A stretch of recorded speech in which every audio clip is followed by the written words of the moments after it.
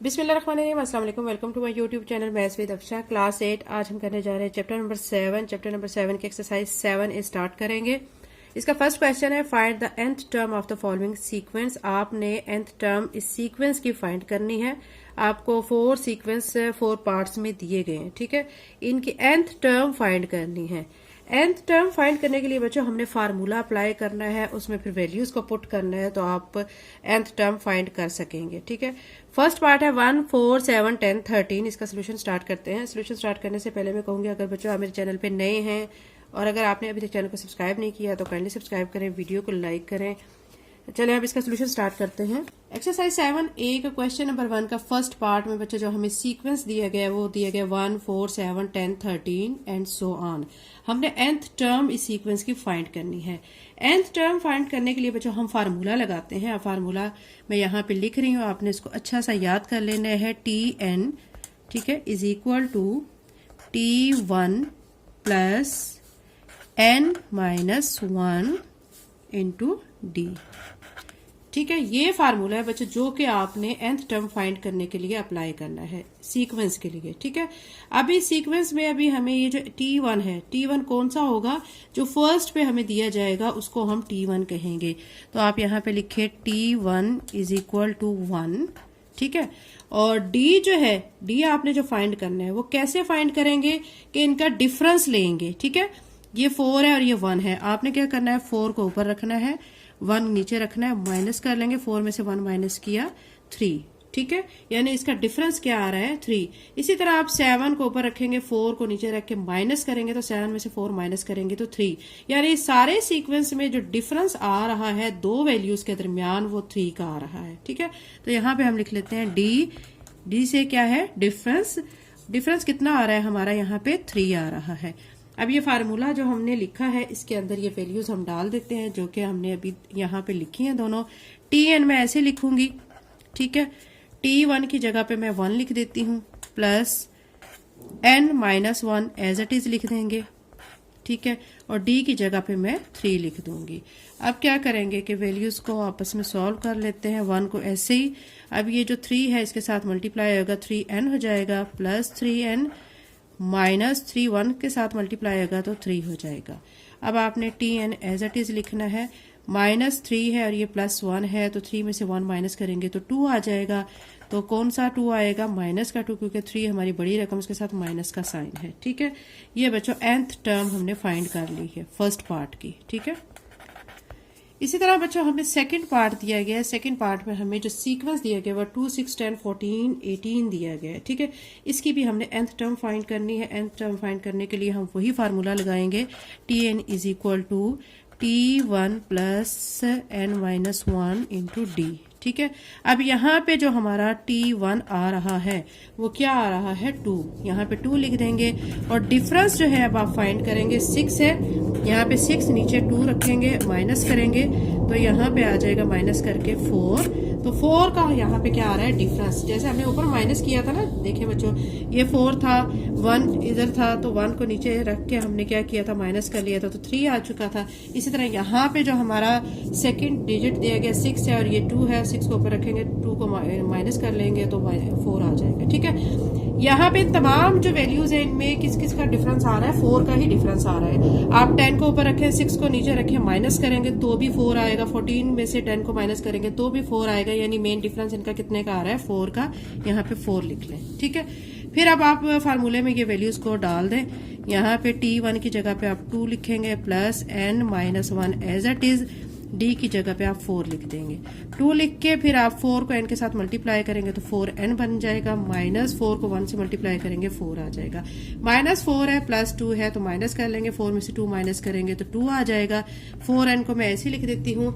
ये चूंकि 4 में से माइनस कर रहे हैं 2 को, तो 2 आ रहा है, इसके साथ बड़ी रकम है ये 4 की, इसके साथ माइनस का साइन है तो माइनस 2 आ जाएगा, ठीक है। तो ये हमारा इसका पार्ट 2 का आंसर आ रहा है। बुक में बच्चों इसका आंसर रॉन्ग दिया गया है, ठीक है। इसी तरह हमारा थर्ड और फोर्थ पार्ट की भी हमने nth टर्म फाइंड करनी है। हम इसी तरह करेंगे कि हमें जो सीक्वेंस दिया गया है हम उसको फार्मूले में उसको ऐड करके उसमें अप्लाई करके हम उसको फाइंड कर लेंगे, ठीक है। अब यहाँ पे जो हमें सीक्वेंस दिया गया है वो दिया गया है 4, 0, -4, -8, -12, ठीक है। अब यहाँ पे भी आप पहले फार्मूला लिख लें, T N is equal to T1 plus, ठीक है, n माइनस 1 इंटू डी। अब यहाँ पे T1 जो है वो 4 आ रहा है और डिफरेंस जो है अब आपने फाइंड करना है। अब आपकी सेकंड टर्म 0 की है और फर्स्ट टर्म आपकी 4 की है, 0 रखें, ठीक है, ऊपर माइनस करें 4 को तो आपका -4 आ जाएगा, ठीक है। तो अब आपने क्या करना है, यहाँ पे -4 डिफरेंस में लिख देना है। वैल्यूज आप पुट करेंगे Tn लिख के, T1 की जगह पे आप 4 प्लस n माइनस 1 ऐसे ही, और D की जगह पे -4 लिख देंगे, ठीक है। अब आपने क्या करना है, मल्टीप्लाई कर देना है 4 -4 जब प्लस n के साथ मल्टीप्लाई हो जाएगा -4n बनेगा, -4 जब -1 से हो जाएगा तो +4 बन जाएगा, ठीक है। अब आपने क्या करना है कि इसमें आपने देखना है कि यहाँ पे अब क्या क्या प्लस या माइनस हो रहा है। ये +4 है, ये +4 है, तो दोनों मिलके +8 हो जाएगा और -4n ऐसे ही आ जाएगा, ठीक है। तो अब आप इसको इसी तरह पे स्टॉप कर सकते हैं, यही आपका आंसर आ रहा है, nth टर्म आपने फाइंड कर ली है, ठीक है। अब इसका फोर्थ पार्ट है, फोर्थ पार्ट में भी आपको जो सीक्वेंस दिया गया 26, 20, 14, 8, 2, यहाँ पे भी आप एज इट इज करेंगे। Tn फार्मूला जो आप लिखेंगे T1 plus n minus 1 into D. T1 यहाँ पे हमारा क्या आ रहा है 26, ठीक है, और डिफरेंस जो है हम फाइंड करेंगे 20, ठीक है, -26, ठीक है। अब ये माइनस कर रहे हैं हम, अब बड़ी रकम हमारी नीचे है और छोटी रकम हमारी ऊपर है, तो जाहिर बात है हम साइन में माइनस का साइन लाएंगे तो -6 आ जाएगा, ठीक है। अब आप क्या करेंगे कि यहाँ पे डिफरेंस में -6 लिख लेंगे, इन सब में -6 का ही डिफरेंस आएगा। वैल्यूज पुट करें, Tn लिख के, T1 की जगह 26 प्लस का sign n minus 1 as it is और D की जगह -6। अब आप 26 को ऐसे ही -6 को अंदर मल्टीप्लाई करेंगे तो -6n बनेगा, -6 को 1 के साथ मल्टीप्लाई करेंगे, माइनस माइनस प्लस हो जाएगा और 6 आ जाएगा, ठीक है। अब 26 में आपने 6 को ऐड कर लेना है तो 32 बनेगा, -6n आ जाएगा। यही बच्चों nth टर्म आ चुकी है। ये बच्चों क्वेश्चन नंबर 1 हमारा कंप्लीट हो गया है। क्वेश्चन नंबर 2 की तरफ चलते हैं। एक्सरसाइज 7 है कि बच्चों क्वेश्चन नंबर 2 है, here are the first 5 terms of number sequence. आपको फर्स्ट 5 जो है नंबर्स टर्म्स दी गई हैं, सीक्वेंस आपको दिया गया है, देखें कितनी है 1 2 3 4 5, ठीक है। आपने इसका क्या करना है, फर्स्ट इसके 2 पार्ट हैं, फर्स्ट पार्ट में आपने nth टर्म फाइंड करनी है, सेकंड में आपने 10th टर्म फाइंड करनी है, ठीक है। बहुत इजी क्वेश्चन है। nth टर्म तो हम ऐसे ही फाइंड करेंगे जैसे ये 4 पार्ट किए हैं, फिर जो हमारी nth टर्म आई हुई होगी उसके अंदर हम n की जगह पे ये 10 पुट कर देंगे तो हमारी 10th टर्म आ जाएगी। अब इसका सोल्यूशन स्टार्ट करते हैं। 7 है एक्सरसाइज का बच्चों क्वेश्चन नंबर 2 का फर्स्ट पार्ट हम सॉल्व कर रहे हैं, nth टर्म हम फाइंड करेंगे, ठीक है। हमें जो है nth टर्म फाइंड करने के लिए फार्मूला क्या अप्लाई आपने इसमें करना है, इसमें आपने फार्मूला लिख लेना है। क्या आपको दिया गया है, Tn is equal to T1 plus n minus 1 D। फिर आप क्या करेंगे कि पहले आप ऊपर सीक्वेंस लिख लेंगे, सीक्वेंस लिख के फिर आप उसके अंदर से उसका डिफरेंस फाइंड करेंगे। फर्स्ट 5 जो टर्म्स हमें दी गई हैं, हम पहले वो फर्स्ट 5 टर्म्स लिख लेते हैं। हमें दिया गया है 7 यहाँ पे, ठीक है, 10 दिया गया है, 13 दिया गया है, 16 दिया गया है और 19 दिया गया है। आपने इस सीक्वेंस का क्या nth टर्म फाइंड करनी है। तो यहाँ पे आप बच्चों देखें कि यहाँ पे हमारा T1 जो बन रहा है वो बन रहा है 7, ठीक है, और डिफरेंस जो है ये 10 है और ये 7 है। 10 में से आपने 7 को माइनस करना है तो आपका 3 आ जाएगा, तो 3 का डिफरेंस आ रहा है। अब आप फार्मूला लिखेंगे, फार्मूले में वैल्यूज को पुट कर लेंगे। ये जो आपका फार्मूला है T1 की जगह पे आप 7 लिख दें plus n minus 1 as it is और D की जगह पे आप 3 लिख दें। अब आप 7 ऐसे लिख के प्लस 3 को n के साथ मल्टीप्लाई करेंगे 3n, माइनस 3 को 1 से करेंगे तो 3 आ जाएगा, ठीक है। 7 में से आपने क्या करना है, 3 को कर देना है माइनस, तो आपका आ जाएगा 4 प्लस 3n, ठीक है। आप इसको इस तरह भी लिख सकते हैं 3n प्लस 4।